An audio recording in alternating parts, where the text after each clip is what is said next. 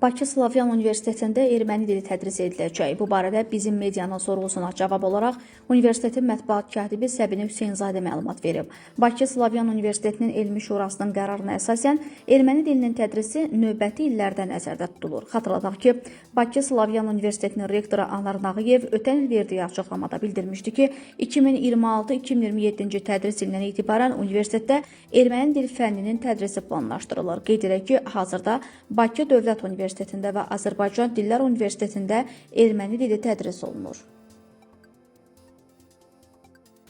Bakıda mənzildən 19 yaşlı oğlanın meyti tapılıb. Hadisə dünən saat 20 radələrində Nizami rayonu Özbəkistan küçəsində baş verib.